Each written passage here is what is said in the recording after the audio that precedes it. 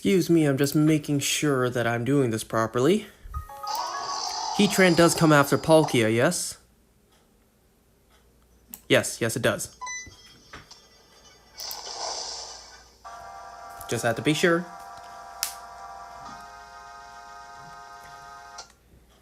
So obviously I have Heatran prepared now, and also on the side, I have Regigigas ready, in case what happened last time happens again, where we get the shiny unexpectedly early.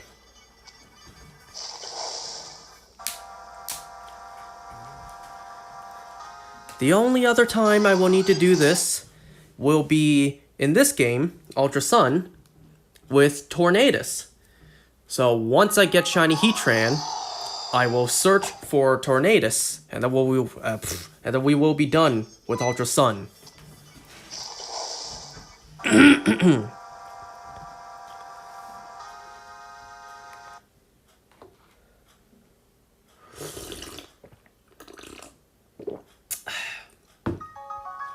We got shiny Palkia so fast last time, I didn't get a chance to talk about anything. So because of that, we have a lot to discuss today.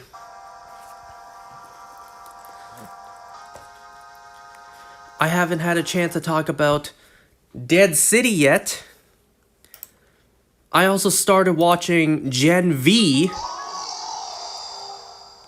I also watched the first episode of The Boys Presents Diabolical. So we got those three to discuss. However, but first, I didn't get a chance to mention this last time. So we had like Summer Game Fest take place the past while.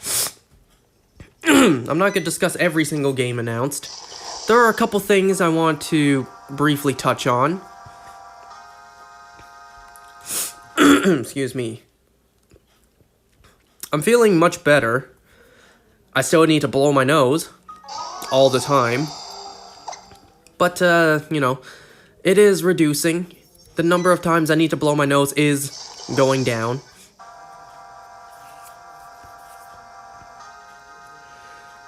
So we finally got to see some more about, what was the game called? Sonic Racing Cross Worlds? Yeah. That game was announced a couple months ago, and the initial reveal trailer was not a whole lot. It was just that, the reveal trailer, revealing the game's existence. And then for months we had no idea who would be joining the roster of guest characters, because as the name implies, Cross Worlds,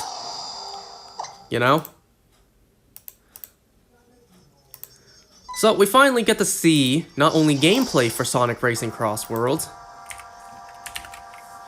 we also get to see a couple of guest characters. Now I'm going to guess that this won't be all the guest characters in the game, but we do have 3 initial guest characters. First up is okay, you know what? Before I mention the guest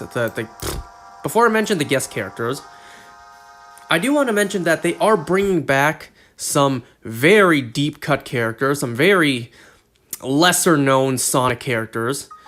So it's not just your typical face of the franchise characters. It's not just Sonic, Amy, Tails, Eggman, Shadow. It's not just those guys. Knuckles, Victor, Jet, Silver. It's not just those guys. They're bringing back a couple of other deep cut characters as well.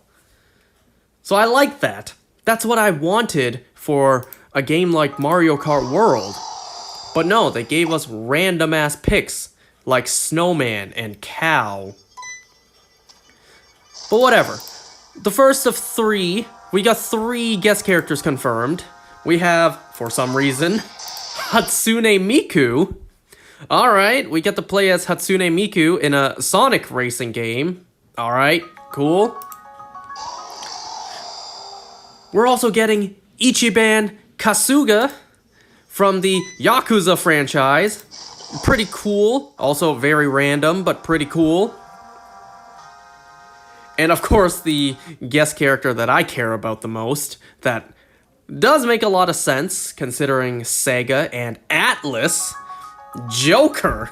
Persona 5 Joker is going to be a racer in this game. Because of course the hell he is. Man, I'm going to buy this game just to play as Joker.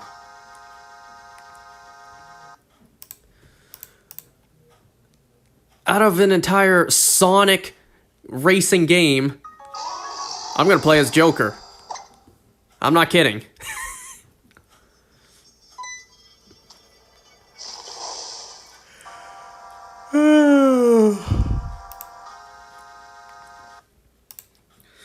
So, speaking of Joker and Atlas, we have confirmed that it's official. The Persona 4 remake is really happening.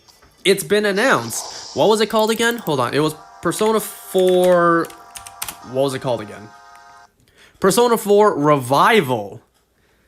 Alright. We're getting a Persona 4 remake.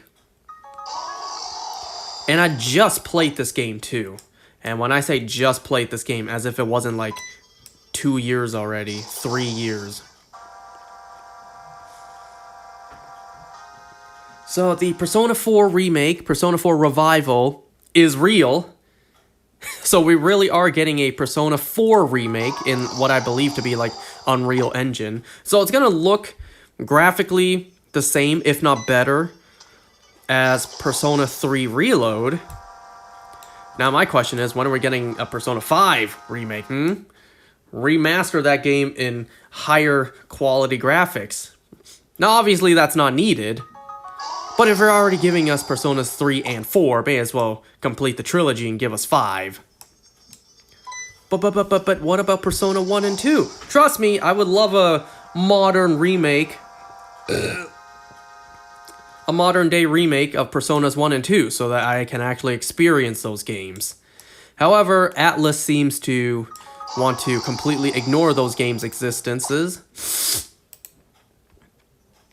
But trust me, believe me, I'll be ecstatic. I would be ecstatic if they gave us a Persona 1 and 2 remake. You know, it's not exactly easy for me to get my hands on those original games and experience them. It's not exactly easy for me to experience Personas 1 and 2. I want to. But I'll be one to admit those games are pretty outdated, are quite old. So if they give me a modern remake, I'll be thrilled, believe me. But once again, it's like, was this really necessary? A Persona 4 remake? To my knowledge, there's like a dozen different Persona 4 games. And I'm counting every version out there, all the dancing games, all the whatever else is. Do we really need another Persona 4?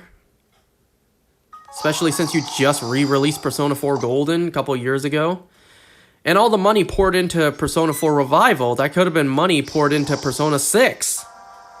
Or hell, even a Persona 5X, the Phantom, whatever it's called, that game for a global release. Feel like a Persona 4 remake wasn't really necessary, but whatever. We're getting it, there's no changing it, I shall play it when it's here.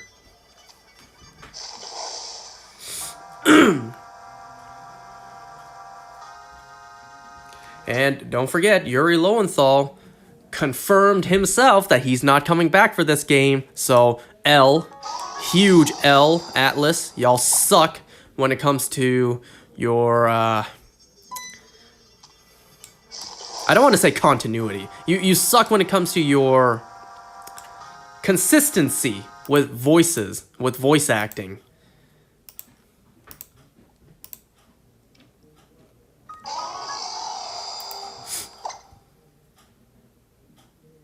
Oh, what else did we get announced? There was a couple other things. Hold on.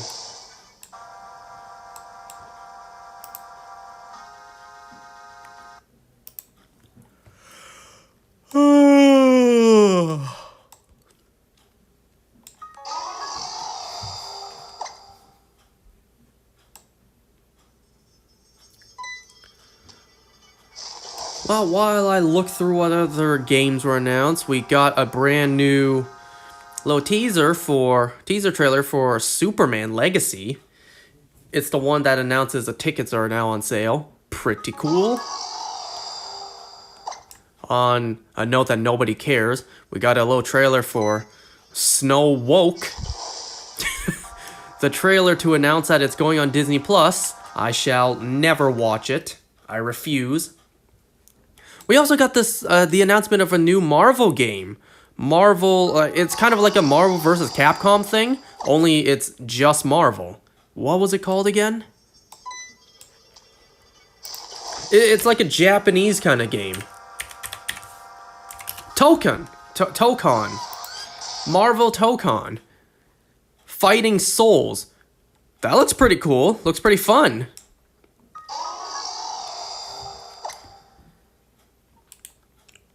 Not only that, that's not the only, fighting game we got announced. We also got Invincible Versus. Yeah, that's the name of it. We're getting an Invincible fighting game. Invincible Versus.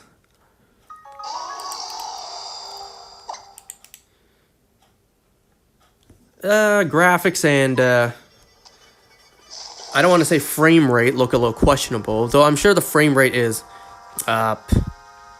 intentional. I don't know, the graphics look kind of goofy with this game. But hey, it's an Invincible game. And I'm sure they're going to add more characters as the show progresses and we get introduced to new characters. Like, we have certain characters announced for the game already. Obviously, Invincible, Omni-Man, Adam Eve, Bulletproof. I'm sure later on we'll get characters like Conquest, maybe Thrag, Alan the Alien.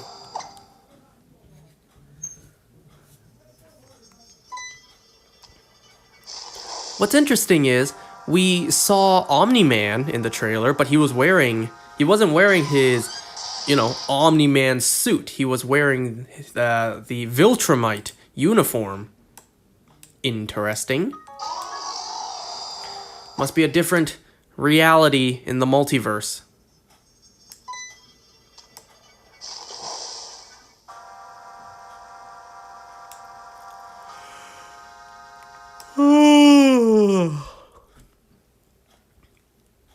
Trying to see what else got announced that I actually care about.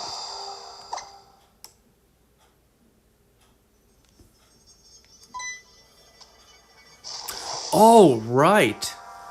Rogue. The new Xbox handheld gaming console that's coming out.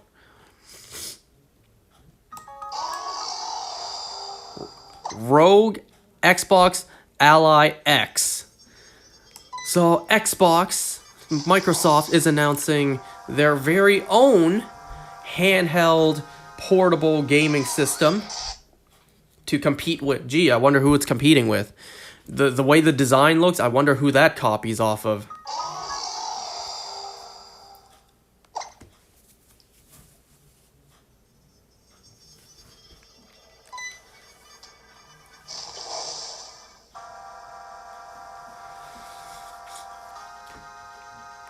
I mean, to be fair, Nintendo did kind of perfect the design, the formula for handheld gaming.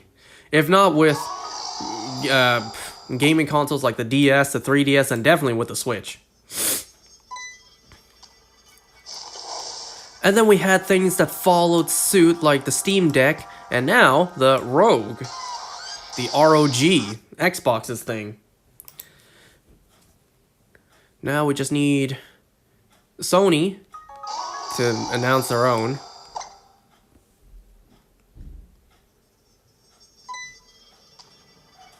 Oop, hold on.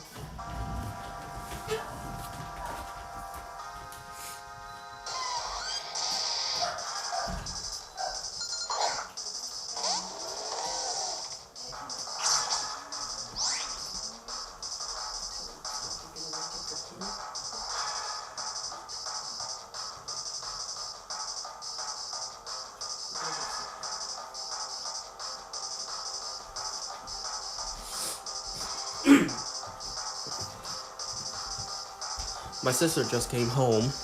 I figured my dog would wake up and start barking. He would want to go outside, but no. No, he's not getting up.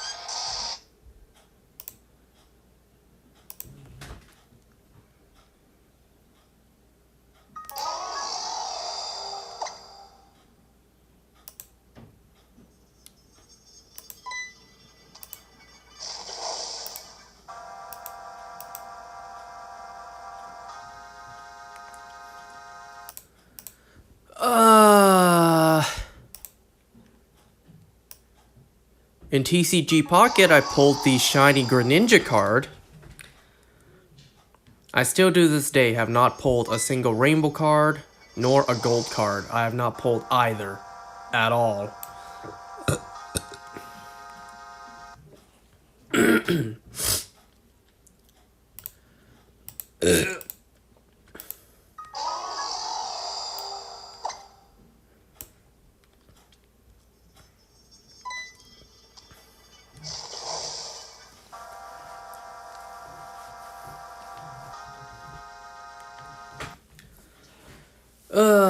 You know, I've also made progress in Legends Arceus, my replay of it.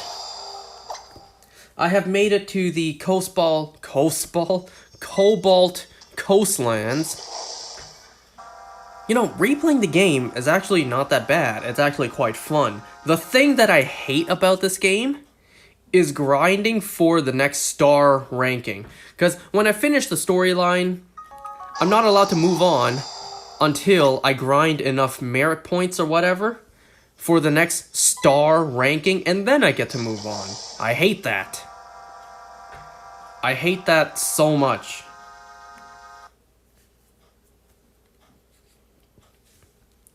If it wasn't for that, I would actually enjoy this game much more. I would rank this game much higher. I would feel much better about this game. But the fact that they kind of lock me in place until I grind, I don't like that.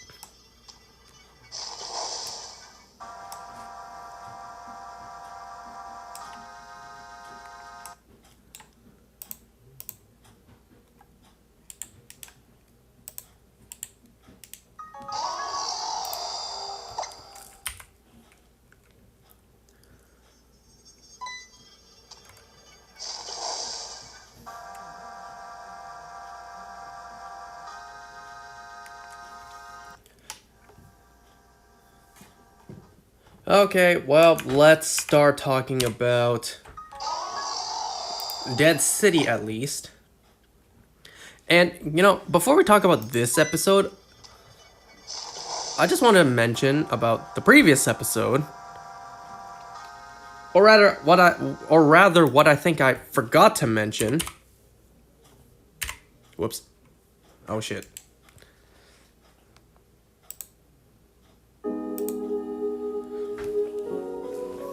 I like this song. I think last time when I discussed Dead City, I completely forgot to mention the death of Navirez. Entirely. I think I completely missed talking about that character's death. I mentioned last time how her death, or I was going to mention, how her death was completely unsatisfying, given how hateable the character is. I was really hoping that we would get a very satisfying death. A very brutal, gruesome death for a character who I despised so badly. And yet, her death was underwhelming. It was pathetic. It was lame. She got bit on the ear, the side of the face. She went down and then she was dead. No screaming, no struggling, no anything. She just died. It was horrible. It was so underwhelming. You were building her up as such an unlikable character, where you really wanted a satisfying death with her. And yet, she just died. That's it. Nothing. This is what I was trying to say before about The Walking Dead still having pacing issues despite now having 2 more episodes for the season. Back with Daryl Dixon Season 2, and certainly with The Ones Who Live, 6 episodes just wasn't enough. We were all complaining about the pacing. 6 episodes just isn't enough to tell a story, to tell a fully fledged out story.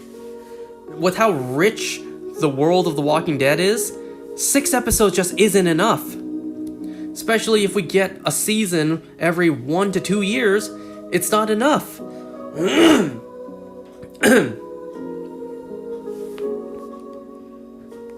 So, the news that Dead City Season 2 was going to have 8 episodes, great!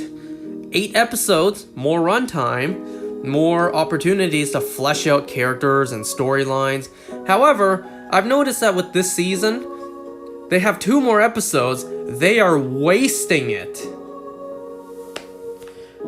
There are so many moments, so many instances where the runtime gets filled in with pointless scenes.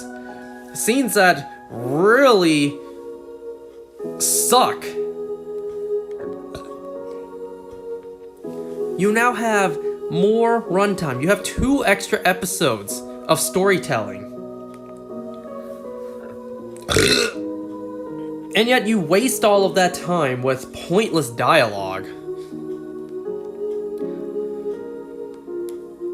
Like in that last episode, the pointless conversation between Armstrong and the lady who was in charge of that group. That did not really lead to anything, because that character died in that episode, as well as the entire group, the entire community.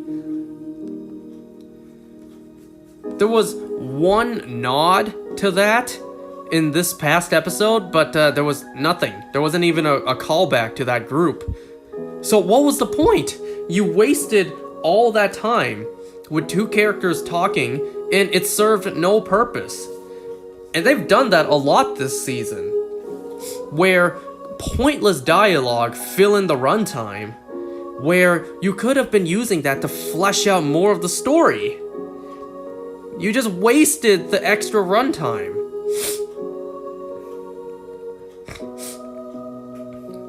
And despite this season now having 8 episodes instead of 6, it's still rushing storylines. Like with the villain characters. You killed off Navirez with barely any sort of character building. Her death was so, I don't want to say abrupt, even though it kind of was. And not only was the death kind of abrupt, it also just sucked. It was so underwhelming. It was horrible. Navirez did not struggle. She did not scream. Nothing. She just went down and was dead. And what about the Dama, too? She's dead. She burned to death off screen because the Croat left her to die. So, okay, now those villains are gone. Navirez and the Dama are both dead.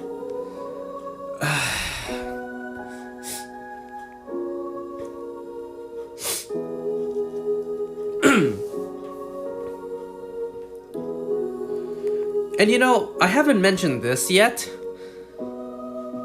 I could not help but notice, thus far in Dead City Season 2, where are all the walkers at? You know? Where are the millions of walkers that should flood the streets of Manhattan? The streets are empty. Where are the millions of walkers? I could not help but notice a striking lack of walkers so far in this season. The most walkers we've seen, and we barely saw them, was in the field. In the field, where people just got snatched up and died instantly. Again, no screaming, no struggling, nothing. What the hell's going on with this season? The storyline was promising, but now it's just messy. You know, the storyline of New Babylon making certain characters, forcing them to go to Manhattan as kind of like a espionage mission to seize control of the methane, and then New Babylon would defend themselves against... What? Wait a second. Manhattan would defend themselves against New Babylon. The storyline is actually pretty promising. However, on execution, not that well. So yeah, I really do question, where are the millions of walkers that should flood the streets? I know it's been almost 20 years in the apocalypse. Most walkers would have completely decayed. Oh. And those who haven't yet are, were probably used for methane.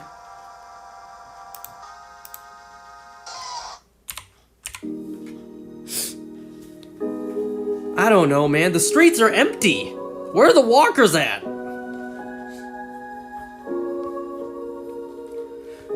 You know, something else that Dead City still have not utilized yet? We only saw it once in Season 1. That is ziplining.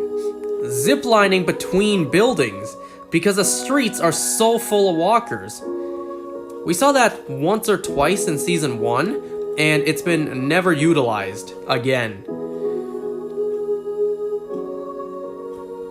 I don't know, man. It's like so much potential, but they're wasting it all. Whatever.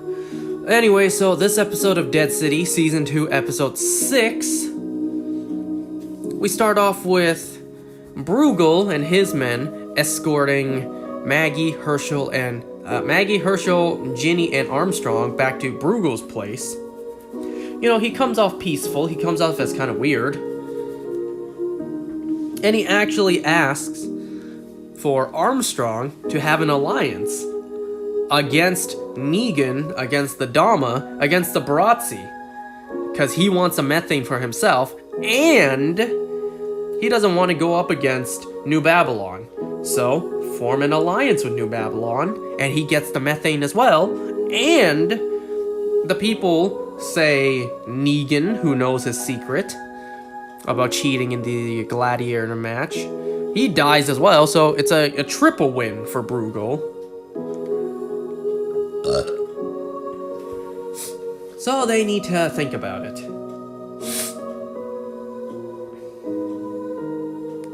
Now, this episode kind of drove a wedge between Negan and the Croat, and I'm not sure I like that.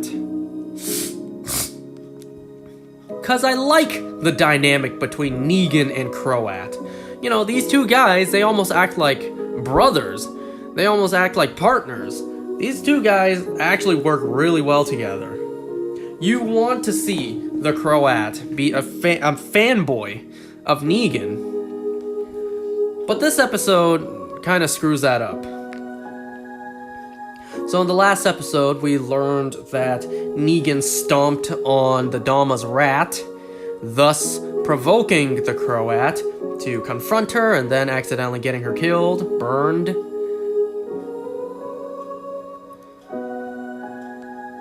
But Negan in this episode tries to tell the Croat, you know what, good for you. You stood up for yourself, good for you. Good riddance to her anyways. So they talk. Negan's family, Annie and Joshua, should be showing up to Manhattan the next day. But the Croat's sad. He doesn't want Negan to leave, because once his family's here, he'll leave with them. The Dama's gone. Croat would be all alone here in Manhattan, commanding his Bratzi. Palkia? I already got it. Well, Negan and Croat have a nice talk. Negan asks Croat if he could go anywhere now, where would he go? Croat said he would go home, back to Croatia. I actually have no idea where Croatia even is.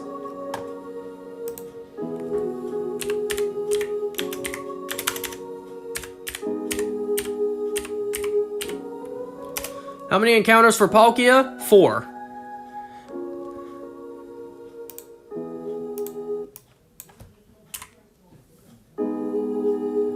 Hold on, where is Croatia?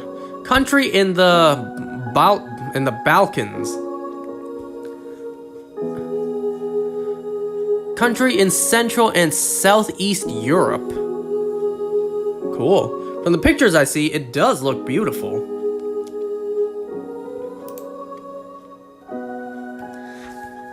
So the Croat said he would go back home to Croatia, and he even offers Negan to join. He's like, Negan, why don't you join me? You know, you and your family. And I think that would have been awesome to see. Negan, Annie, Joshua going with the Croat back to Croatia. I think that would have been awesome to see. Who knows, maybe there could have been a crossover with Daryl Dixon. He should be in Europe. However, the timeline doesn't work out, and of course they weren't going to do that. As amazing as that would have been, of course they weren't going to do that. Because Negan said he can't. He can't go all the way to Croatia. Though that would have been awesome to see, though. That was the quickest legend you got. This entire challenge, yes. Yes, it was. You know, the Croat said he tried to go back to Croatia, but then he washed up in Manhattan and was founded by the Croat. What? The Croat was founded by the Dama, and then we saw how that played out. But would have been nice, think about it, maybe with some help with Negan, Annie, maybe with some help and more manpower, they could actually be able to sail all the way to Croatia. That would have been cool to see. Sadly, though, that's not what we're getting.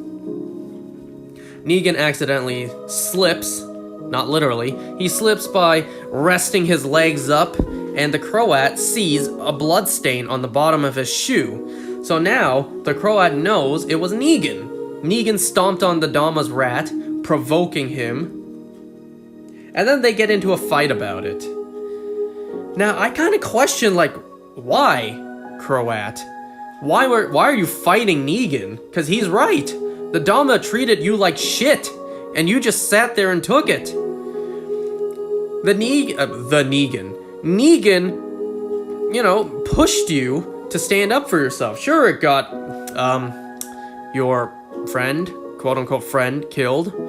But, you know, you don't need her. You're better off without her. Sure, she took you in. She gave you power, or the ability to make power. Like, she helped you, but that doesn't change the fact that she's treating you awfully. But, you know, the Croat is pissed at Negan for putting those thoughts into his head and thus causing the Dama to die. However, Negan gets the upper hand. And then he's just like, Tell me I'm not the reason you are everything you are today. Tell me. And the Croat acknowledges, yes, everything I am today is because of you, Negan. And then, even more questionable, Negan tells the Croat to leave. It's like, are you serious, Negan? I don't know, it was like, kind of out of character writing, at least in my opinion. Yes, he told the Croat to leave before, but, you know, that was for killing a kid from the kingdom? Or was it the hilltop? Whatever, the Croat killed a kid before. And Negan draws the line at kids. Even Simon drew the line at kids. So Negan did banish and kick out the Croat before, but this time it's like, okay, so he wasn't grateful for your push, and you tell him to leave and never come back? So what now, Negan? Are you in charge of the Barazzi?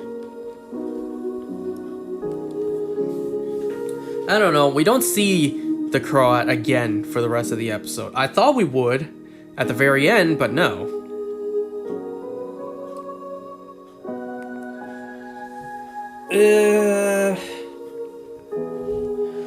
So in the middle of the night, Herschel gets up and he actually wants to leave. Not only does he want to leave, he's getting ready to poison everyone too. Because he cut up a walker's neck, bottled up the walker blood, and was about to taint the entire clean water supply, thus poisoning everyone there.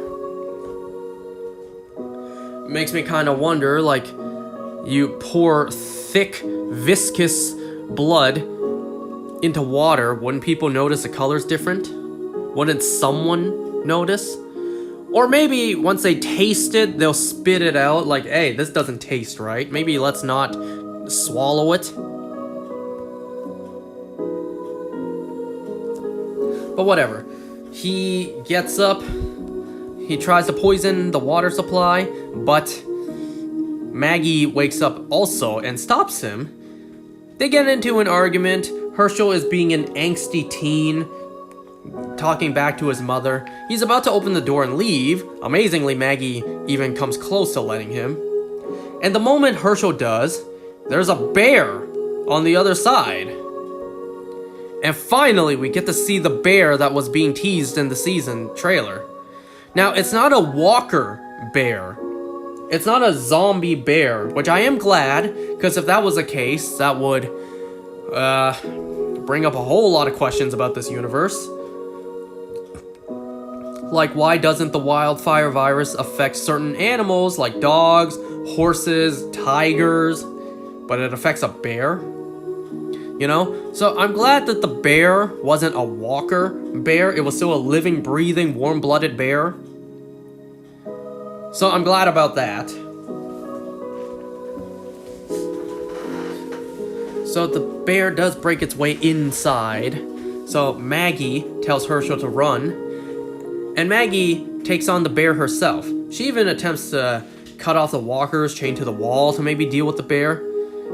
But amazingly, the bear just makes light work of all of the walkers, cutting them in half and crushing their skulls. Pretty cool. Well, Maggie was about to throw hands with the bear, but then Herschel, up top, uses his throwing knives to save his mom. And then the bear, the bear dies by getting the bottom of his neck stabbed in by the fence, the gladiator fence, the spikes on it.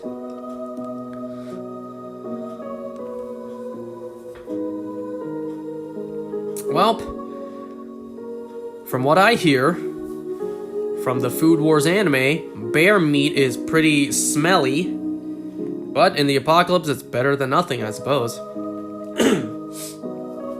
Well, Herschel runs away, and Maggie tries to go after him to find him. There was also this small scene where Ginny in the bathroom that obviously doesn't work. She's trying to clean the wound that's on her side, the giant gash. Now, it's not a bite, but it is a giant cut that, is slowly killing her because she's not getting it treated. She's not telling anyone about it. Yeah, that scene wasn't really important.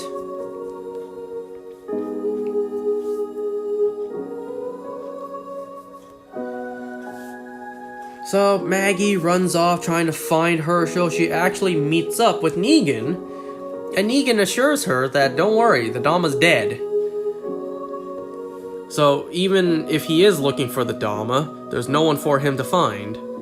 Negan does, however, tell Maggie maybe he'll be here at this location. So Maggie goes off and tries to find Herschel. Oh yeah, there was this one scene where Negan, this was daylight, Negan actually saw his family arrive. His wife Annie and his son Joshua. Now I couldn't tell if this was the same actress playing Annie, because we barely saw her face. From the brief side face profile, it might have been her, but I can't really tell. It might have been her, it might not have been. Maybe they just, maybe they didn't bring back the original actress and they just had a stand-in, because we barely saw her face. So maybe it wasn't her, maybe it was her. Who knows? Well, I'm sure if I checked the credits, I would have known. But it's actually pretty cool. Regardless of if it's the same actress or not, that's Annie, that's Joshua, that's Negan's wife and son. I didn't think we would actually see them. But hey, we actually did, even if it was just a brief glimpse. However, Negan, he's feeling down about himself. He doesn't want to be a part of their lives and potentially make things worse. So he orders the Barazzi to tell them to get back onto the boat and go back to where they came from. I think it was like Jersey, somewhere, wherever they came from. So Negan doesn't want to see his family, which I feel like is kind of sad and a missed opportunity. Having Negan reunited with his family, that would have been awesome to see. But sadly, we're not getting that. At least, hopefully, not yet. Anyway, so after Negan told Maggie where to potentially find Herschel, Negan leaves. He gets a gun pointed to him by someone. I almost thought it was a Croat. But no, it was Ginny. Ginny somehow found Negan, was almost ready to kill him, but then she just collapses into his arms, unable to pull the trigger.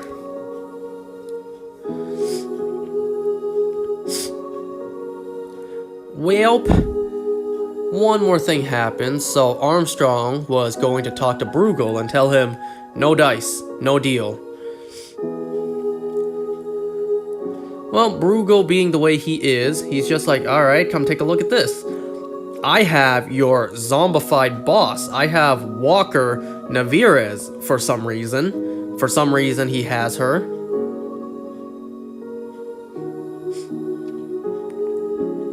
And he's just like, well, you're gonna do what I say regardless.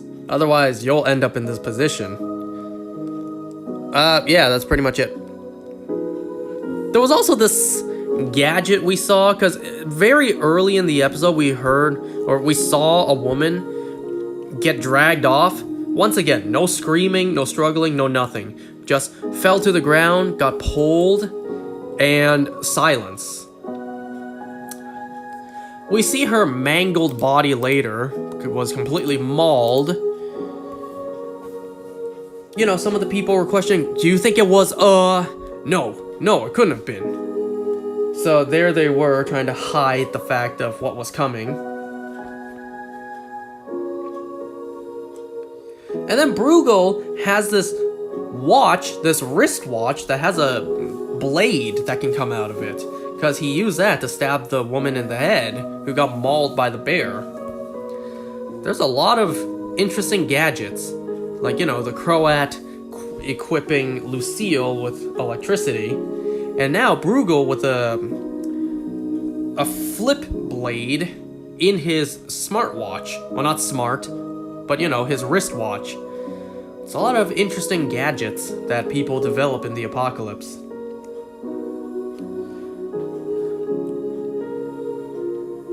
You know, the extent of weapons I can think of in the apocalypse would be like, you know, a bat wrapped in barbed wire. Not exactly a blade coming out of a wristwatch. Or a baseball bat equipped with electricity with the push of a button.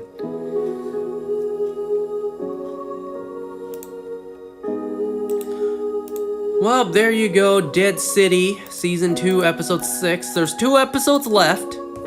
And, it really seems like for the rest of the season, the last 2 episodes, it's just gonna be Maggie searching for Herschel and then trying to leave and go home.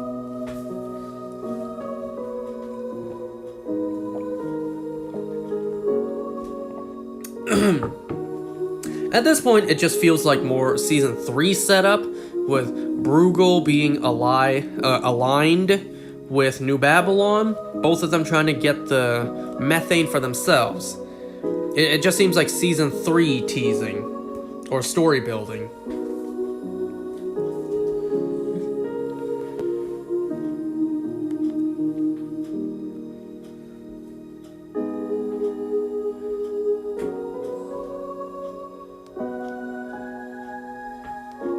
Ooh, let me go see if my dog is up yet.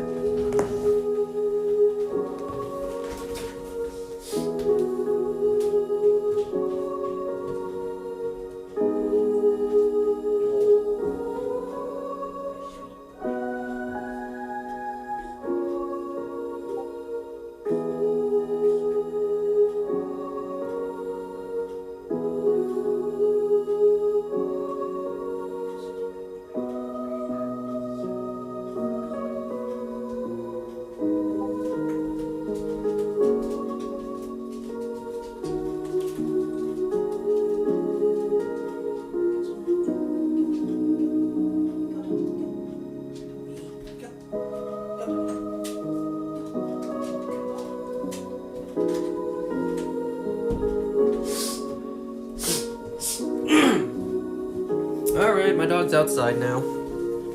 Ugh.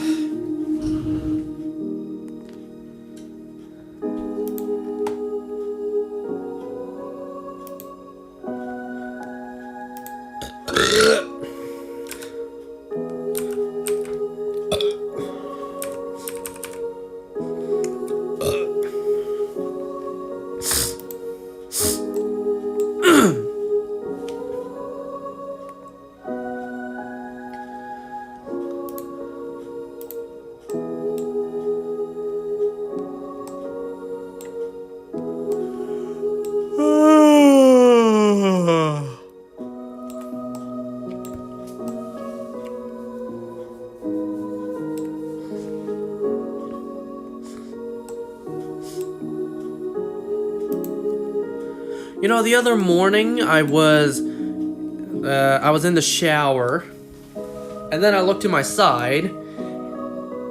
On the other side of my shower curtain, there was the shadow, the silhouette of a spider. A pretty big one, too. But it was on the other side of the shower curtain. So I was thinking, alright, it should be fine. It's not about... It can't jump out at me because it's on the other side. So I can maybe finish my shower, get out, and then grab my bug jar and catch it. However, it started crawling up. It started crawling up higher and higher, to the point it could have completely reached right over and crawled to the other side. So the side I was at. And I couldn't let that happen. So what I did was I really hard tapped right where it was so I would launch it off of the shower curtain. It fell onto the ground, and then I had to get out of the shower to put something on top of it. Like, I had to put a cup on top of it so that it wouldn't get away. And then I put it in a jar, and then I brought it outside. Whether or not that spider's still alive, I don't know, because I put it into my backyard, and a couple days later I mowed the lawn.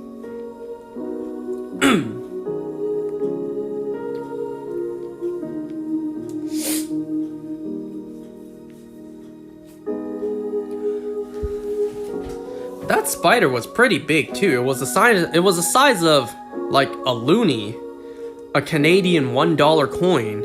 It was pretty big. I know people in Australia are gonna be like, bro, that's not that big. You should see the spiders down here. And to that I say, yeah, but no, the spider was still big.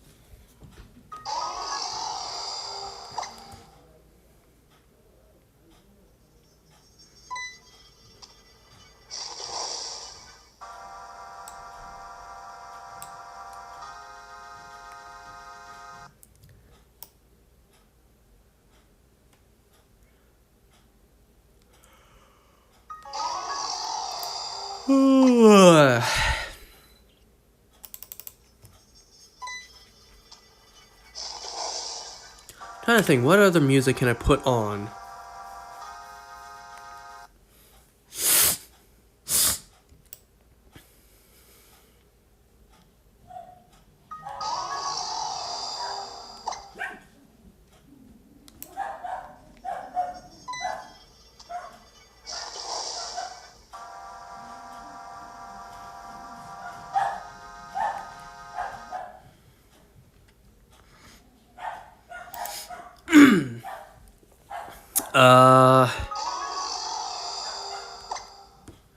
Trying to think, what can I play?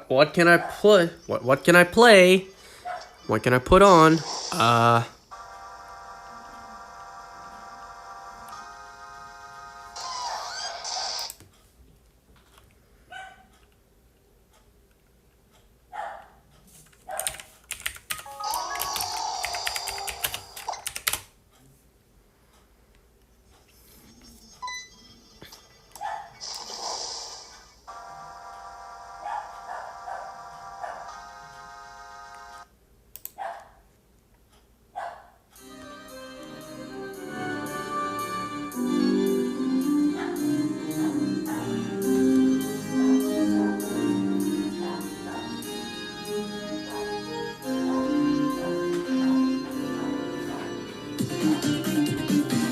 Anyways, now let's talk about a brand new show, Gen V. So, quick little thoughts about the episode before I talk about it. I don't love it. Gen V, watching the first episode, I don't love it. I don't hate it, I don't love it, you know? It's just the first episode. So I'm definitely gonna finish the season for the sake of continuity and the sake of completion. I'm gonna finish it. However, just based on the first episode, I don't love it. It doesn't have me hooked, you know. While The Boys felt like a very gritty adult,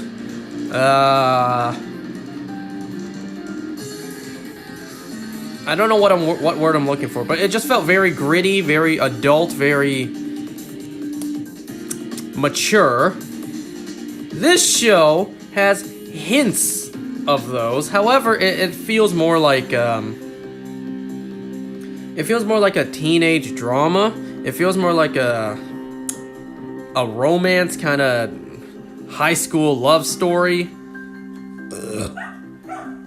But it's not, because This is clearly a university, so these are adults.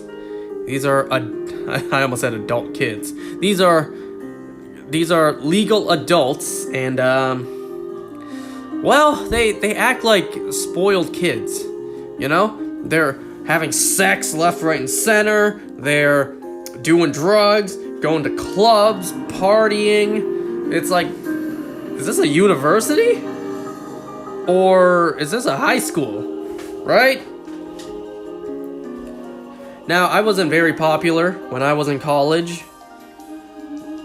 When I went to college, I didn't get invited to no dorm room parties or go out to the club with a bunch of new people, you know, snort that Colombian. So I didn't do any of that stuff. You know, when I went to college, I just kept my head down. I got in, went to class, did what I needed to do, and I left. So, like, I also did not live on campus.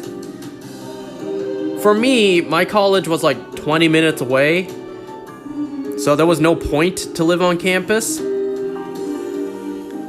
So I don't know. I don't know the dorm room living on site life when it comes to university and college.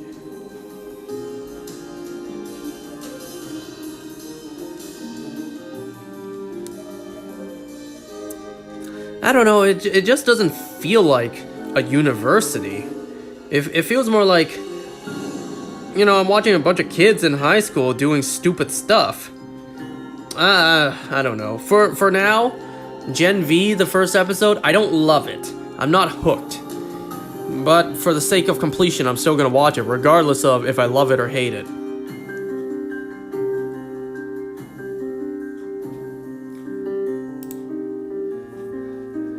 So we start off the episode, we meet our main character, Marie, and we see basically A-Train's inauguration. So we get Jesse T. Usher as a cameo in this episode, at least. We get a bunch of references and callbacks to the main The Boys show.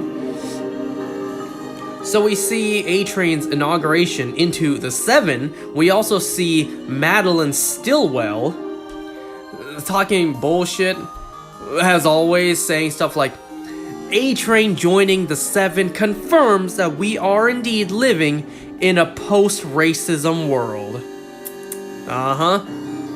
Tell that to Blue Hawk. So, we then get flashed on the screen that this is 8 years ago. 8 years ago, when obviously Madeline Stillwell was still alive, and A-Train first getting into the 7. Marie's father was just like, oh yeah, look at that, first black man in the 7. Okay. Well, Marie is playing with her sister while her parents are watching the news that A-Train is now part of the 7. And then Marie is just like, oh, it's a stomachache. Let me go to the bathroom real quick. And I instantly recognize it's probably her, you know, time of the month. It's more than likely her first time going through that. And I'm just thinking, like, you as parents don't recognize that? I recognize that. You know, Marie's mother was just like, did you eat something? Your stomach hurts, let me get you some, like, Peptol. It's like, really? You don't recognize what that is. Hell, even I recognized what that was. But yeah, so Marie goes to the bathroom, and then, no surprise, she puts her fingers down, and then she brings them back up, and there's blood on her fingers. So, any young woman at that age would be a little concerned, like, oh shit, I'm bleeding, what's going on, what's wrong with me? I feel like if I ever become a father to a daughter, which let's face it, I probably won't, but if I do, and that happens, I would assure my kid, like, don't worry, it's normal, your mother's gonna explain to you. If I was a father to a daughter, I would do that. I would be like, honey, I promise you, it's okay, it's normal, there's nothing wrong with you. Your mother here is going to explain exactly what this means. That's what I would do. But yeah, I'm just thinking, like, her parents seriously did not recognize that. Really? Really?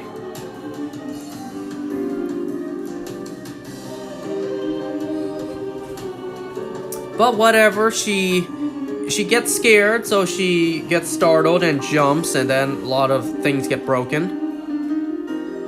Also, she discovered her soup powers, and that is to control blood. She's a blood mage. She's kind of like Mortal Kombat's Scarlet. She can control blood magic. However, she can't just, take blood out of anyone's body. There needs to be like an open wound that blood is flowing out of, and she can control the movement of blood. So, not only was her first time of the month scary to her, her teenage puberty activating her, Compound V powers also scared her. Plus the fact that her mother broke down the door. So she accidentally sent a sharp projectile made out of blood, which cut her mother's neck, killing her. Marie's father came in, questioning like, what the hell happened? And then she screamed, and then blood spiked and killed her father as well. And her sister saw it all. We now cut forward to present day. So 8 years later, where she's waking up at an orphanage, a school orphanage for soups for super children. We don't know what happened to her sister just yet. We don't find out what happened to her sister at all in this episode. So Marie's checking her email, her computer email, her one computer in the entire place, which supposedly is completely glazed by all the prepubescent boys. You know how boys are at that age. So she checked her emails and she got the letter of acceptance to... What the hell was the university called? Was it like God Hoblin? What was it?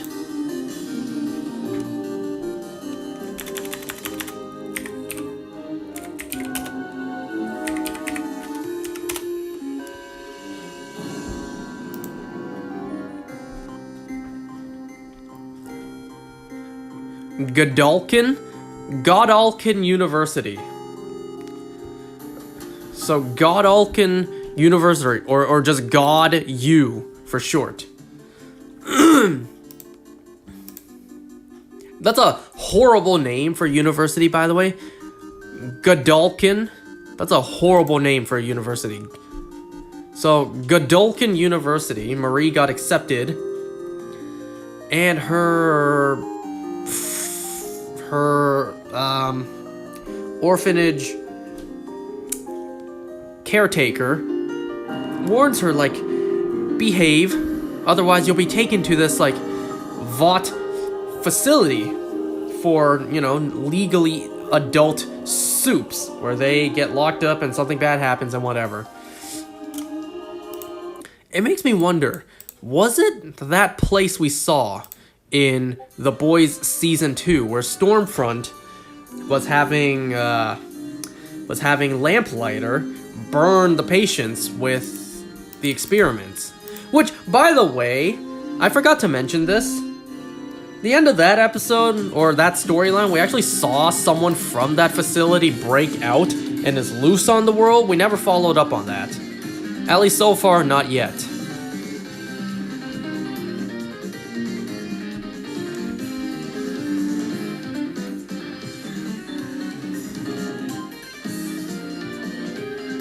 And you know what? Speaking of Lamplighter, let me just double check real quick which Ashmore was playing.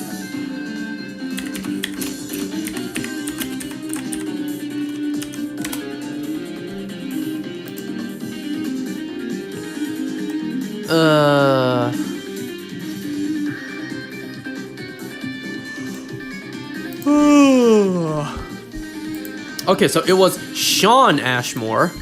Okay, yeah. So it is the same Ashmore. Because remember, there's two of them. So I find it kind of funny. I don't think I ever pointed this out. Shawn Ashmore played Iceman in the X-Men movies. Where, you know, Iceman, in those movies, he went up against Pyro, a mutant with the ability to control fire, but could not make fire himself, so he needed to carry a lighter with him. It's kind of funny that Shawn Ashmore, remember I said there's two of them, Shawn Ashmore played a character who went up against, you know, a pyro wielder who could not make fire himself but could control fire, needed a lighter on him to do so. It's kind of funny how Shawn Ashmore went from a character fighting that kind of character and then actually went on to play that kind of character. Because that's exactly what Lamplighter is. He can't make fire, but he can control fire, so he keeps a lighter with him. Kind of interesting how decades later, Shawn Ashmore kind of came full circle. He played a character who went up against a fire wielder who could not make fire, and then he actually played a version, a spin, a twist of a character like that. A person who could not make fire but can control it, so keeps a lighter with him. Anyone else notices that?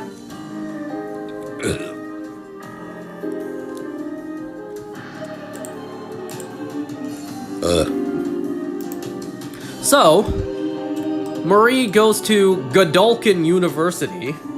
There's a bunch of callbacks to our characters. Like, this is supposedly where members of the Seven trained and studied.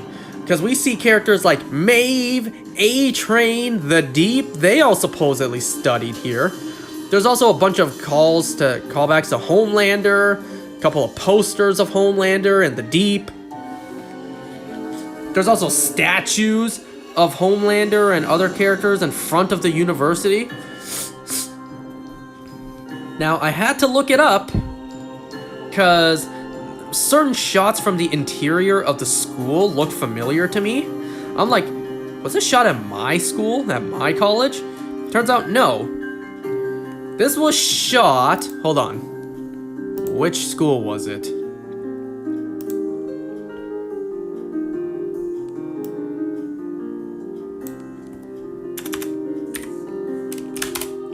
Okay, so Godolphin University was actually filmed at the University of Toronto, Mississauga. While I've never been there myself, my friend actually went there for school, and he said he saw himself them filming the episodes there. I think he even mentioned that he saw the Homelander statue.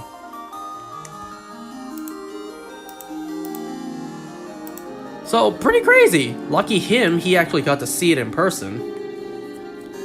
And I'm thinking, like, there was one interior shot that looked a lot like my school. So I was thinking, is this my school? No, it wasn't. The interior shot just looked damn near the same.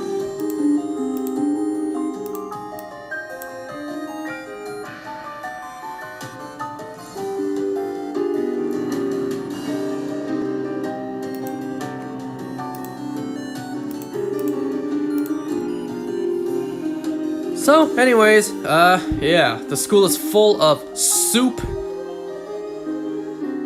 I almost said kids. No, soup students. Soup university students. I swear, they just act like teenagers. They just act like kids.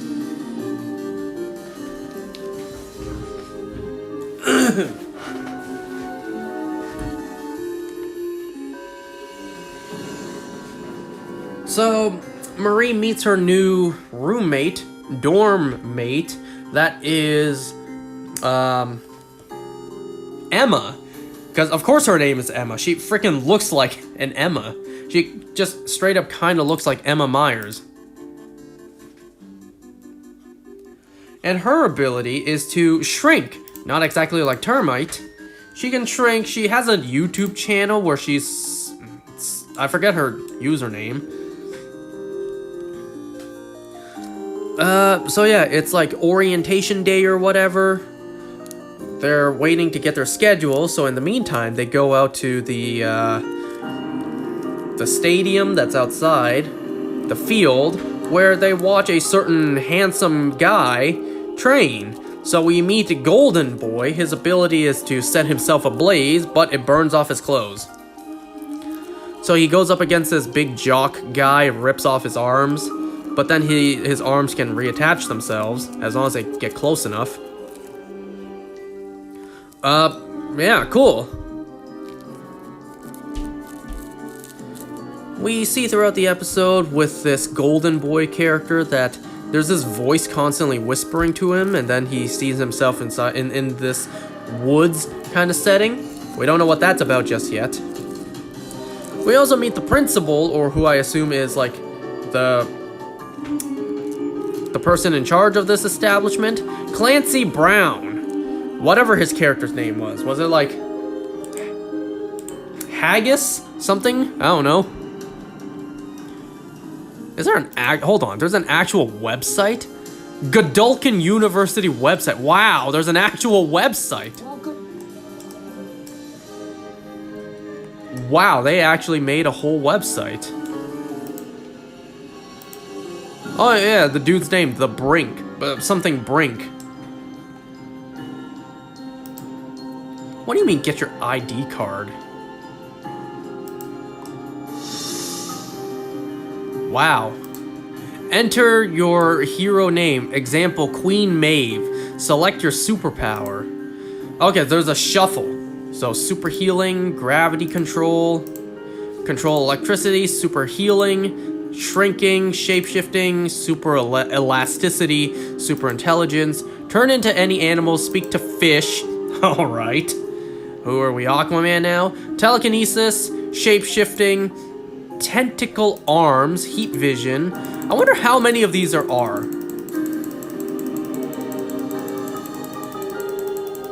Did I just see something about cheese?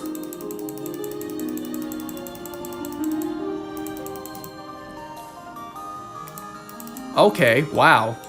There's a whole Godolphin University website. That's kind of cool that they put all this effort in.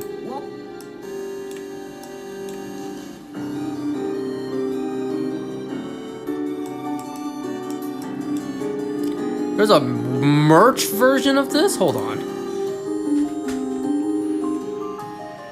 They just have the... Am I supporting VOT straight up with this? What the hell?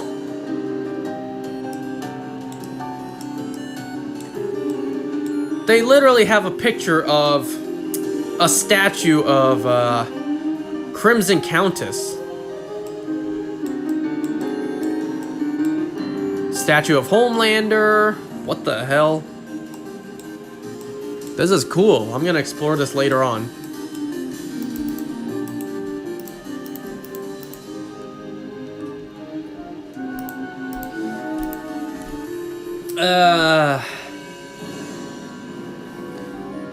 There's also this one character, like, we introduced it to a whole bunch of new characters, obviously.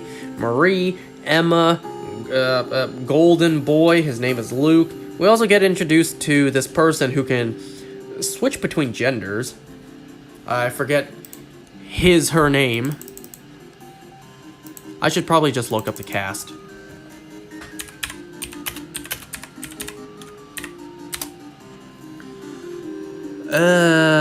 Jordan Lee, you know, both male and female, reminds me of Carrie in Legion.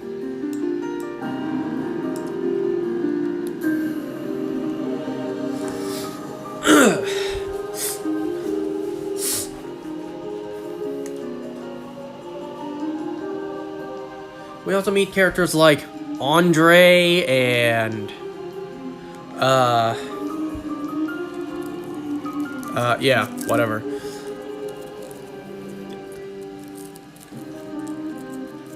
And Kate.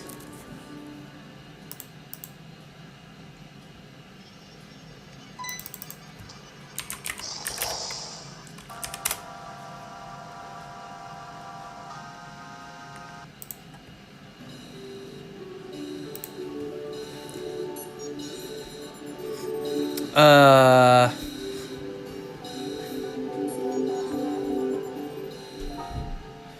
So, the schedule for their semester comes out. Turns out Marie doesn't have a phone, which is kind of unheard of in this day and age, but I suppose it's not impossible.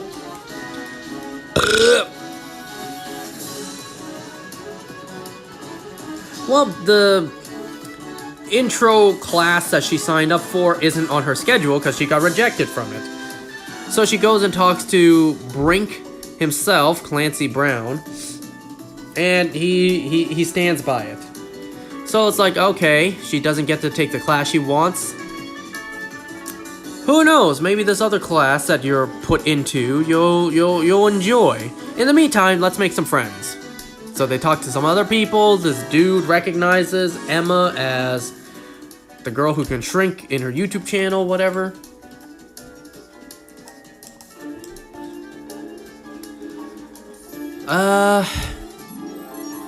At night, there's this dude who runs out going crazy, and Marie helps stop him. And this gets, I think, Andre to invite her out the next night. We're never finishing Persona 3 Portable, huh? We will, at some point. Once we get all these legends shiny, we will.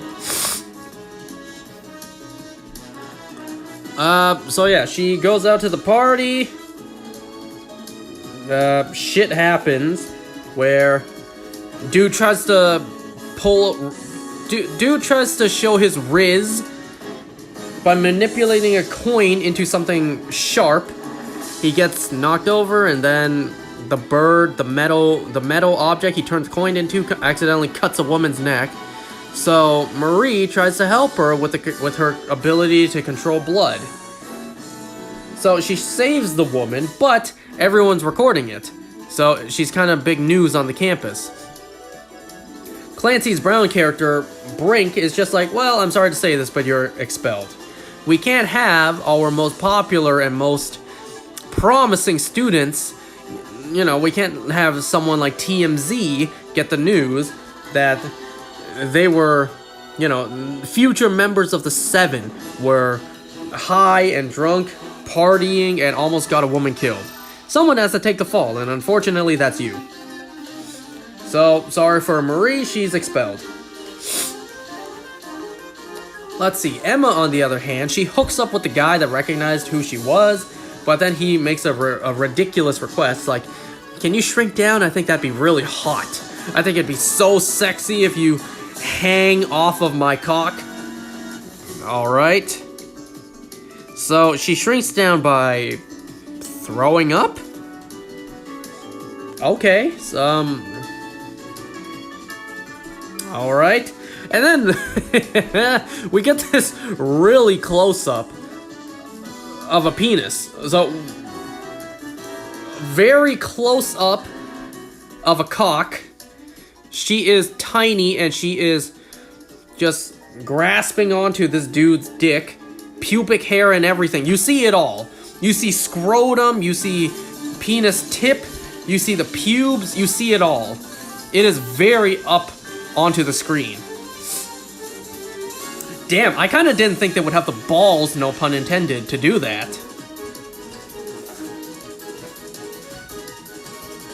3 seasons of The Boys. The most we saw were some titties and some penises in the background. As well as, you know, the CGI love sausage. We never really saw a very explicit close-up of a man's meat. Well, we actually did now. I didn't think they would actually go that far. But it's actually crazy, they actually did. I think this is actually, not that I'm keeping track, and certainly not that I want to see more of. I think this is actually the first show or movie I've seen that really zoomed in and really showed off the details of a penis.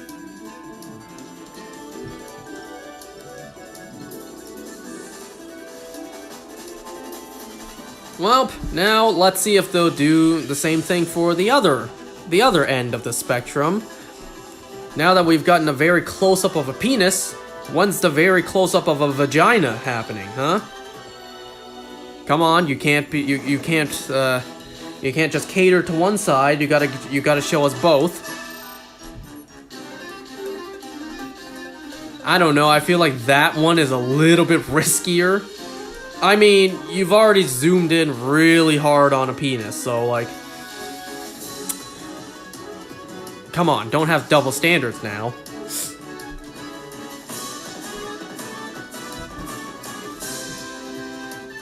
You know, I just kind of figured that it would just be an unspoken rule of Hollywood that you don't explicitly zoom in that close.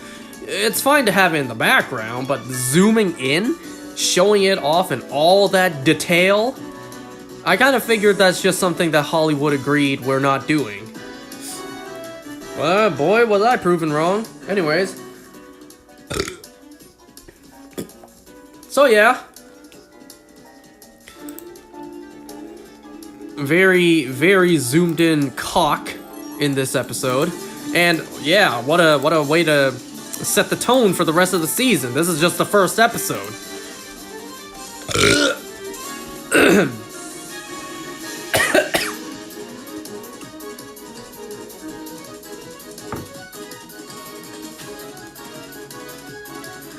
Well, Marie is upset. Oh yeah, Marie also carries a pocket knife with her. So she she cuts her own hand to expose blood to use as a weapon. Now, I don't know if she has super healing or not, because she cuts her hand more than once in the episode, and, you know, it's healed. So I don't know if she has super healing, or if that much time has passed, because I didn't see any, like, big scar on her hand, you know? So she's about to not accept this turn of events. She's about to go in and possibly attack Brink until he changes his mind and lets her back into the school program. However, at that same time, Golden Boy actually shows up and kills Brink. So Clancy Brown's character is dead.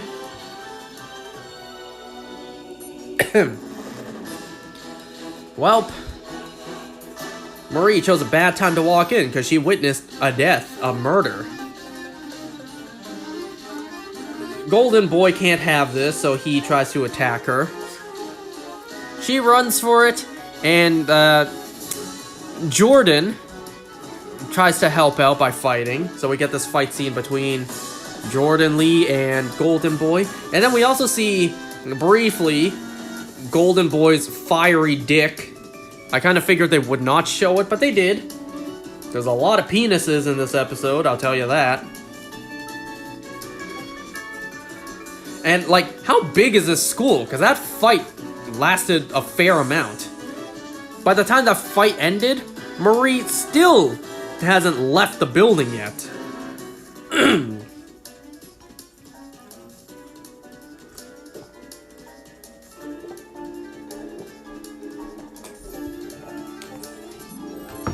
Well, when she went out, Andre was there trying to film something. He was holding, I think, the same energy drink that A-Train sells. That A-Train promotes. Well, a blazing naked boy shows up. Andre tries to talk down his friend, like, calm down, let's figure this out. Well, I was afraid Golden Boy was going to kill his friend, but no. Instead, he kind of human torches, flies up in the air, and just kills himself by blowing up. And then it's raining blood. The thing is, he was going to be the next member of the Seven, too, until this happened. And speaking of the Seven, so there were references to Season 3 of The Boys, where Starlight has left The Boys. What? Starlight has left the Seven and joined The Boys. And also references to Maeve's death, her supposed death, but these guys don't know that. They don't know Maeve is still alive.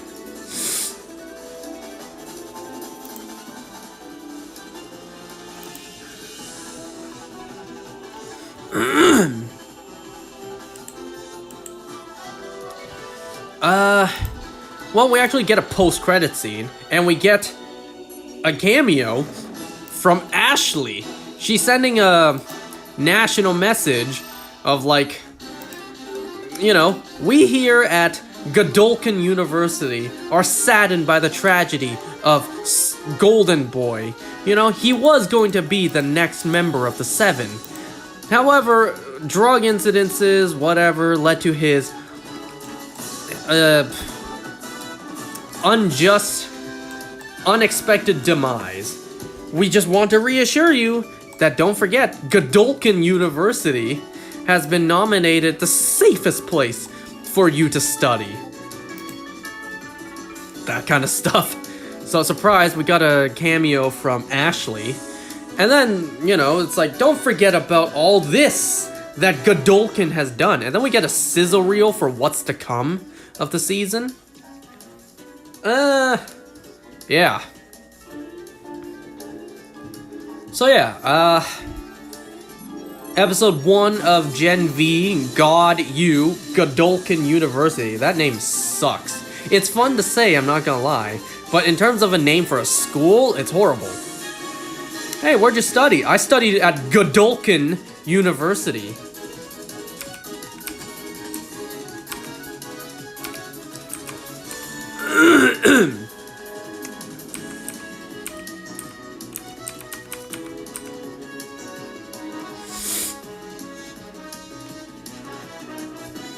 So, yeah, there you go.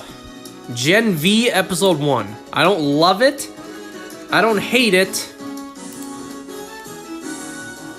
We shall see where the season takes us.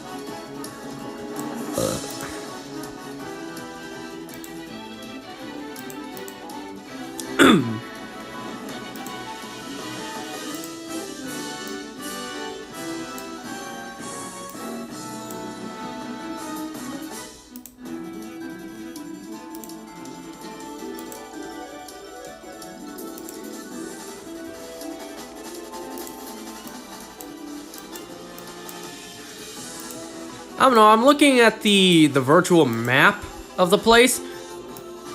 There's statues for Homelander, Crimson Countess, Translucent. There's no statue there. That's pretty funny. It's just a pedestal. They have a statue for Lamplighter. Damn, they don't even have a picture of Lamplighter. It's just the statue.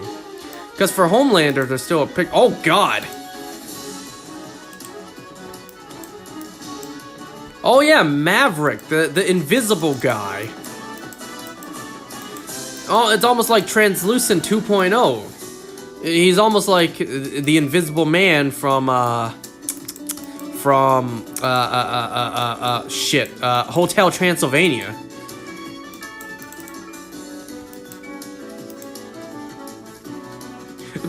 The bed. This is where the magic happens. Are you kidding me, man?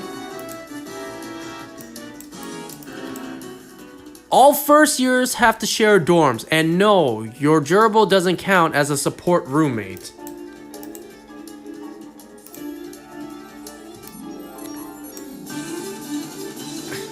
Ever shotgun a turbo rush as a chaser? Oh boy, do I have a story to tell you. And there's an A-train vending machine here, I see. This room is a mess, but hey, some people thrive in controlled chaos. Official playlist, Gen V. Oh god, it actually sends me to Amazon.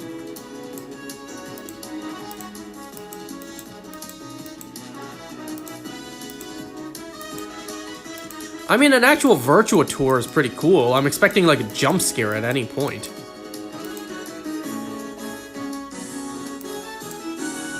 Can you press D69 for me? Just kidding. But for real, I do have the munchies. You got any snacks? What happens if I... Yeah, you can't actually tap on those. The community board will keep you up to date on all of the latest info and events happening on campus. I did not pay attention to any of those when I was in college.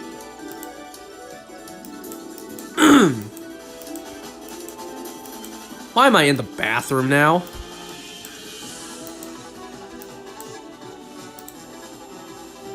What the hell? There's an item for me to pick up, and I just spray painted a dick onto the stall. Things I hate. Graffiti, lists, irony. Wow.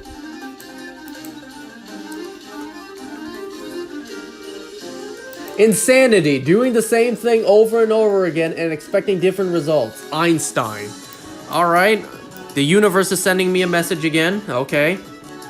I am not gay. I am... What? I am on saving mode. Does that say gay? I assume that says gay. Alright then.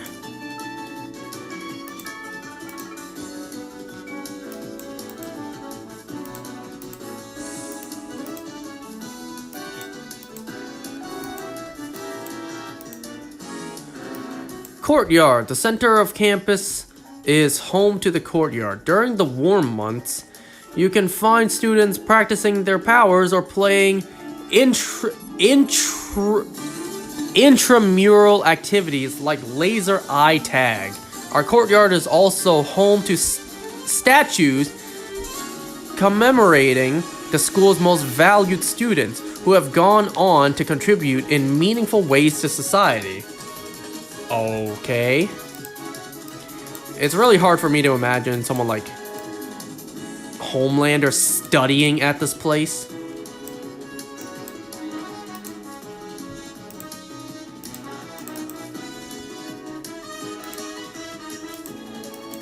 Anyway, so yeah, Gen V. Like I said, it's okay. Nothing too special about the show is getting me excited. Back at Homelander statue again. Stan much? Wow. Let's see.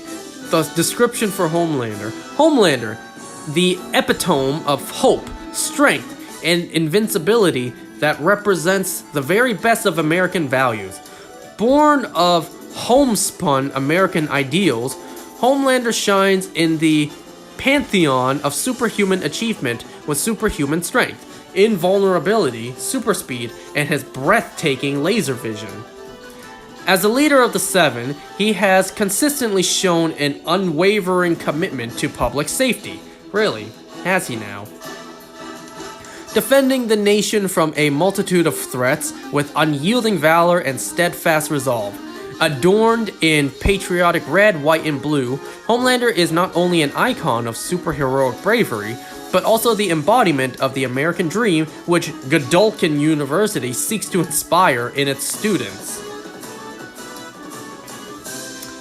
I'm not going to read the description for everyone.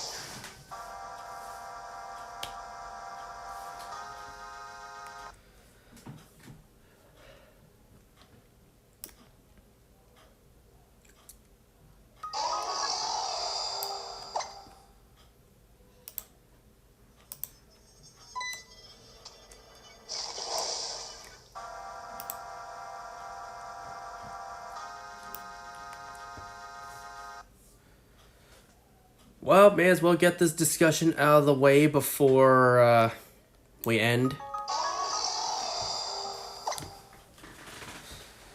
So I also started watching The Boys Presents Diabolical, the anthology animated series. And I kind of expected the episodes to be kind of the length of these episodes, so like an hour long. No, these are shorts. These are like 10 to 15 minute long animated episodes. Which, hey, great, less things for me to watch, you know? Less time out of my day spent.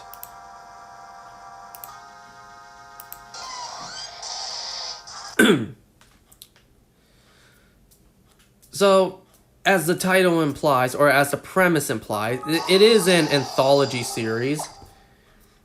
And from what I read online, it doesn't really contribute at all to the overall story, so you can skip it if you want. I, however, for the sake of completion, will watch it.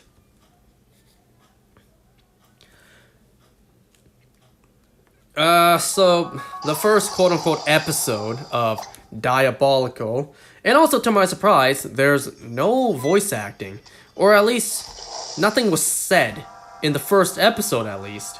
Maybe later episodes, there'll actually be voice acting, because I did see online, like the IMDb list, all of our actors did come back to voice their characters. So I'm expecting Anthony Starr's voice to come out of the animated Homelander. But yeah, to my surprise, the first episode had no voice acting, outside of like screams and grunts. So the first episode follows a Vought worker, a scientist perhaps, just a guy who works at Vought.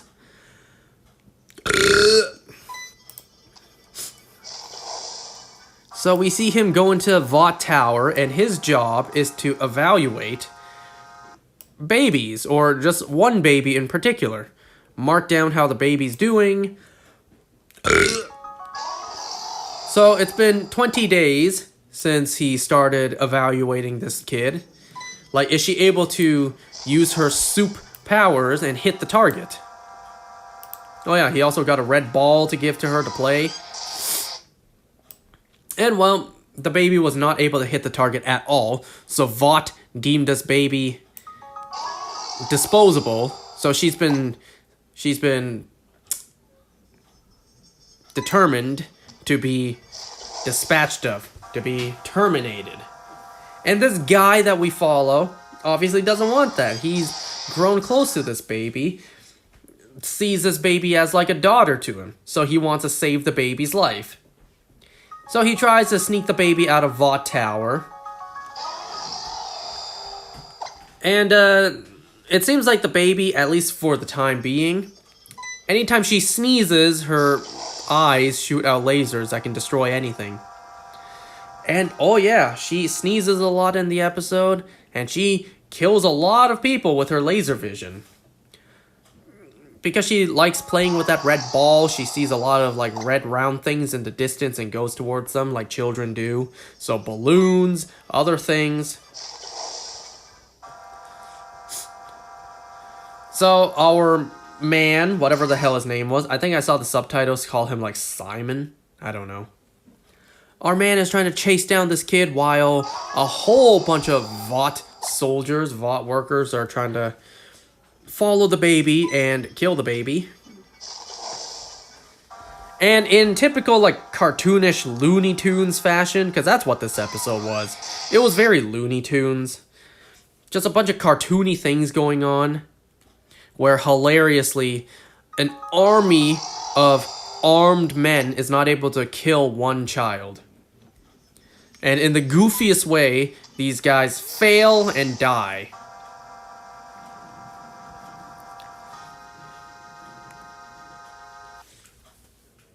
So they actually end up in a zoo. For some reason, when the baby killed an entire SWAT truck's worth of guys, there's a whole pool of blood on the floor. This cop riding on a horseback shows up, and then my man, the main character guy, just horse jacks the guy. Takes the horse to run after the baby, because the baby somehow got onto a skateboard. Makes me kind of think, you probably didn't need a horse the speed of a galloping horse to catch up to a baby on a skateboard, but whatever. They end up at the zoo, and that poor horse ends up in the tank of piranhas. We even see a deep billboard, like piranhas need to be fed too, whatever. So the baby ends up in the gorilla pit. I was afraid they were gonna reenact Harambe, but no, the guys get killed and the baby's fine. The baby goes on top of a skyscraper, the dude follows, a helicopter follows, the baby destroys the helicopter. So the scientist, the Vought worker guy, gets his hands on, his child again. But then there's a whole army, like literally, the entire street below is plastered with Vought guys.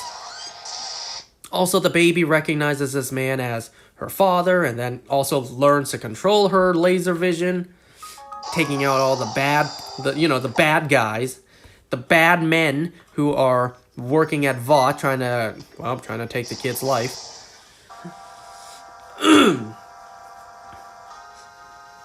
So, like an unstoppable force, the two team up together. The baby uses her laser vision to kill everyone, mowing down the entire group of Vought workers, of Vought hitmen, and then they walk off into the sunset. So this guy saved a soup baby and is going to raise her himself as if she was really her daughter. What? Yeah. So, the whole Vought adoption thing, he adopted the kid.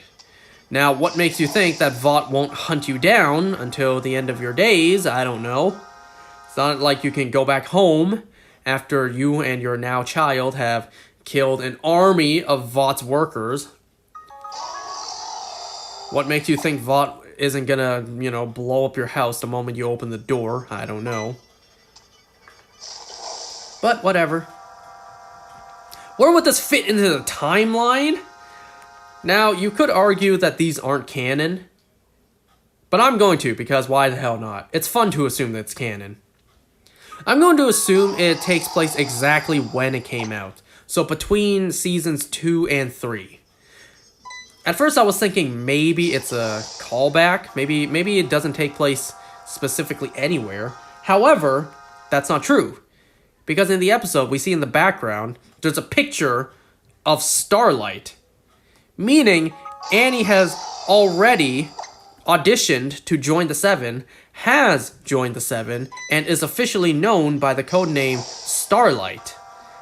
So at this point in the timeline, Annie is Starlight of the Seven. So I'm just going to assume it takes place between seasons 2 and 3. Now,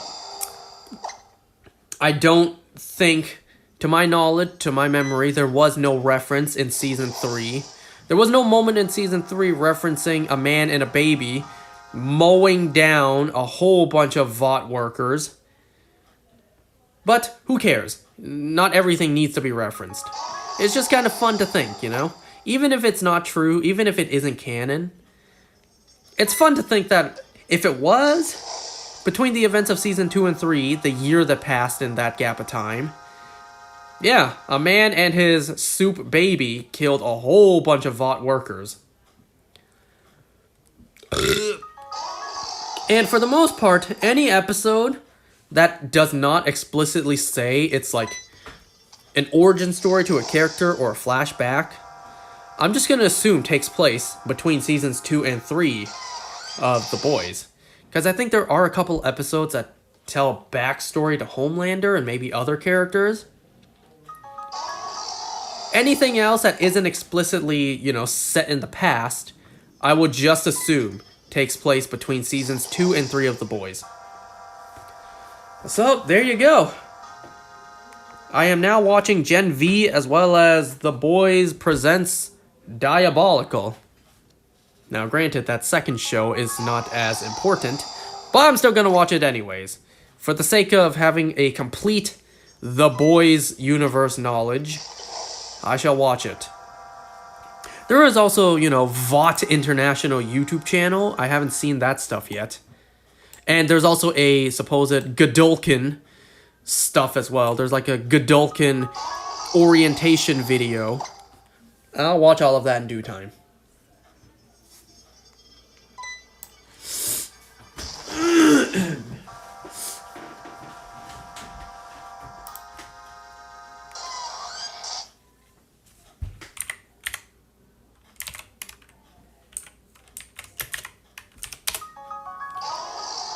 Hold on, let me just check if there's any lights to turn off. I'll be right back.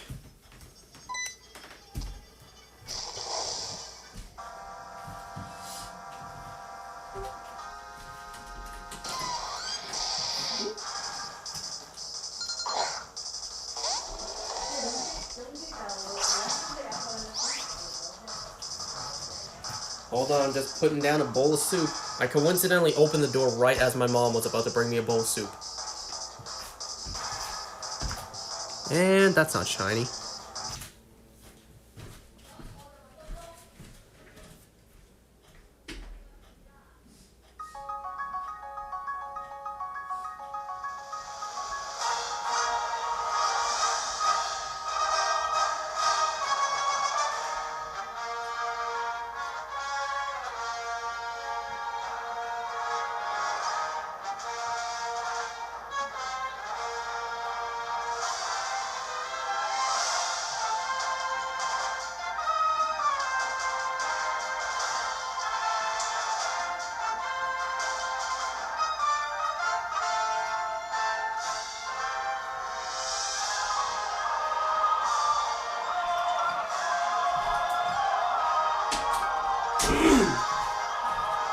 Alright, I'm back.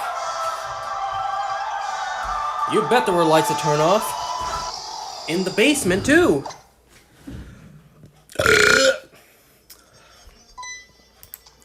Can you tell that I'm better now?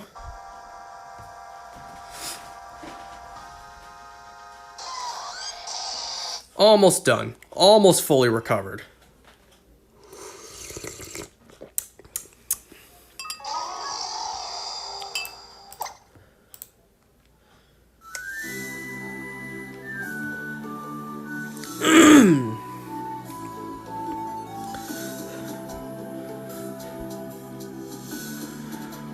You know, I heard something about doing the void glitch in Diamond. You can potentially only send Darkrai to modern games, but not Shaman and Arceus. I don't know how legit that is. I gotta look into that. Because if I can't send Arceus, then fine. I'm replaying Legends Arceus, and I've already replayed Brilliant Diamond just to get Arceus. But if I can't send Shaman, then that kind of sucks.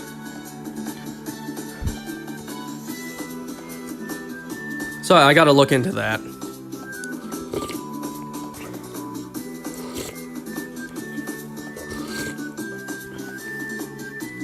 Something else I was nervous about.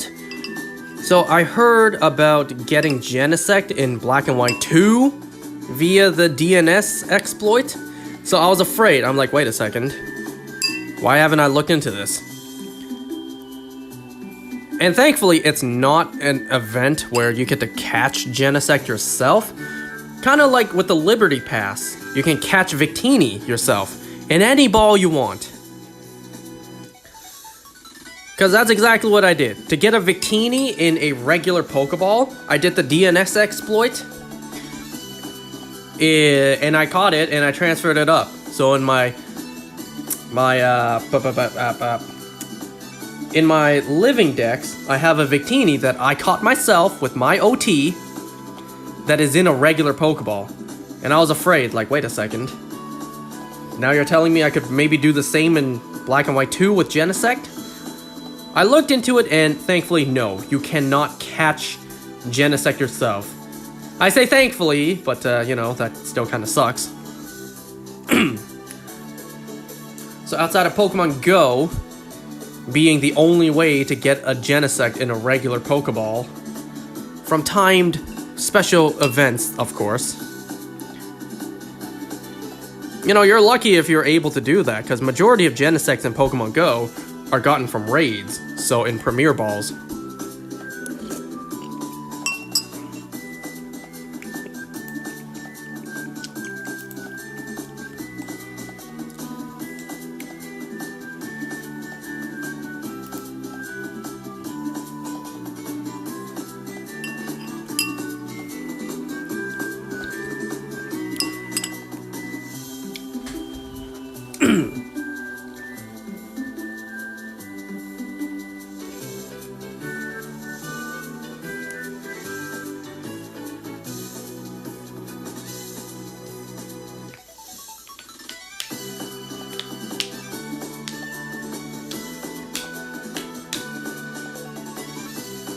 Well, that's all I have to discuss for today. Dead City, Gen V, and the boys Diabolical. First stream shiny? That was last time. My luck was used up last time.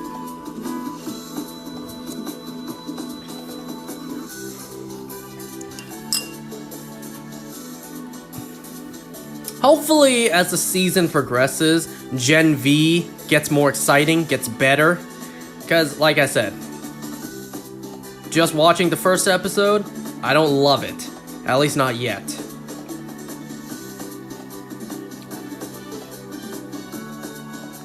I'll be honest, I just really want to get through Gen V quickly so I can get to Season 4 of The Boys and see Jeffrey Dean Morgan.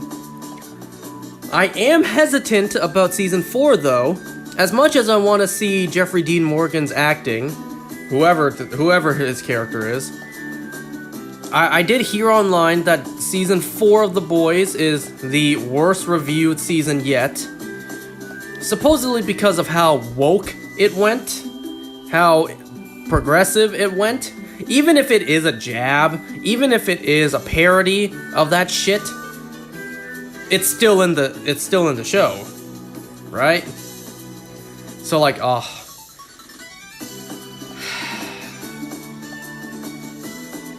I receive, you receive, I suppose. I receive Jeffrey Dean Morgan. You receive the ability to pander in my face.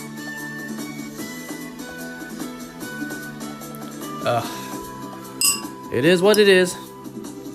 I did also unintentionally see a couple of things that happens in Season 4. I saw this thumbnail in a video title, though I obviously did not click on it. Something like Butcher brutally killing Victoria Newman, and then I saw Butcher with like Slender Man tentacles coming out of his back. I don't know what that's about.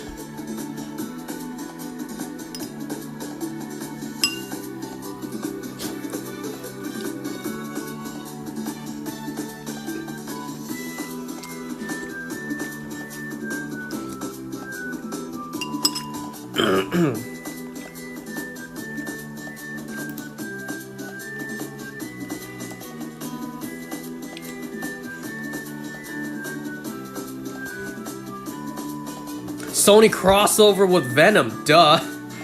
Oh yes, the 19 inches of Venom.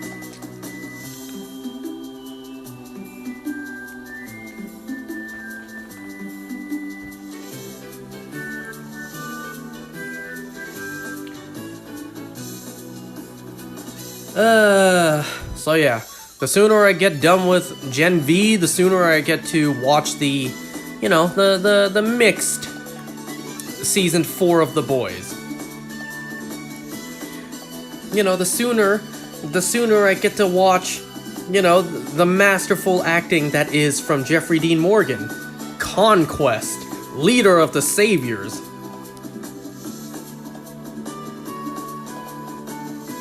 You know, the Viltrumite Negan. You know, for years, people were saying Jeffrey Dean Morgan would be perfect on The Boys. Now that I've watched it, and now that I know he's coming, it's like, oh yeah, I can't wait. I can't wait. He better do some awesome stuff in the season. Because if they bring in Jeffrey goddamn Dean Morgan, and he is lame, that'd be such a downer.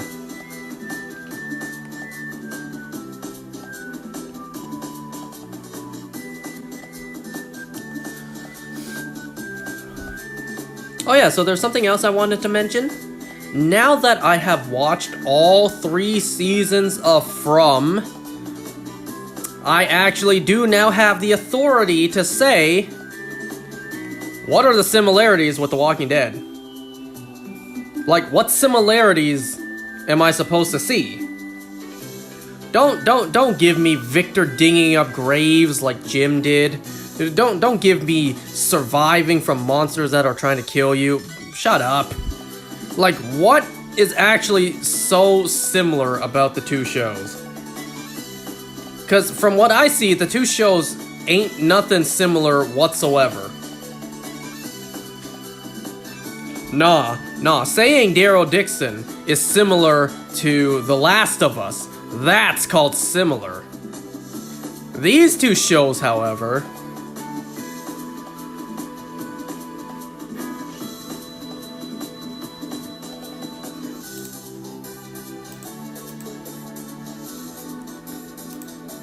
anyways, I'm gonna end this soon.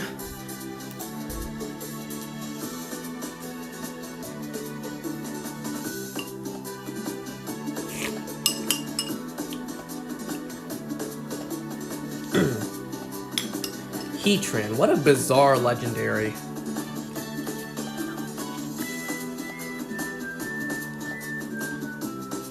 I think I mentioned this in the past. We don't really have that many one-off legendaries. Most legendaries are either a part of a duo or trio. We have the Kanto Birds, we have Latios and Latios, the Reggie trio. Most box art legendaries are a duo, if not a trio. Mewtwo kinda is on its own, but also at the same time with Mew. So like, we don't really have one-off legendaries. A couple of one-off legendaries are, well, Heatran, Regigigas, but you can argue it's along with the Regi group, so not really. Cresselia, though Cresselia has a sort of duo thing with Darkrai, so debatable. But if you're looking at just legendaries, then yeah, Cresselia's a bit of a one-off. And then, you know, DLCs for legendaries, Ogerpon. It's like, we don't really have a lot of one-off, standalone legendaries. Oh, the music's ended.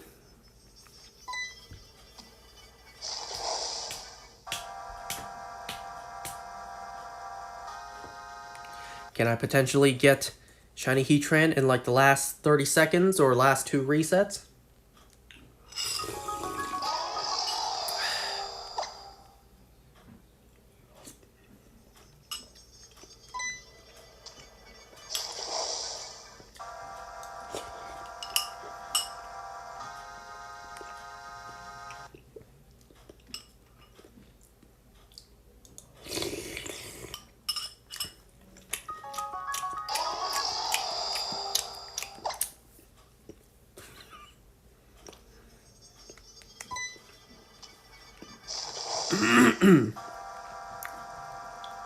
And no shine tonight.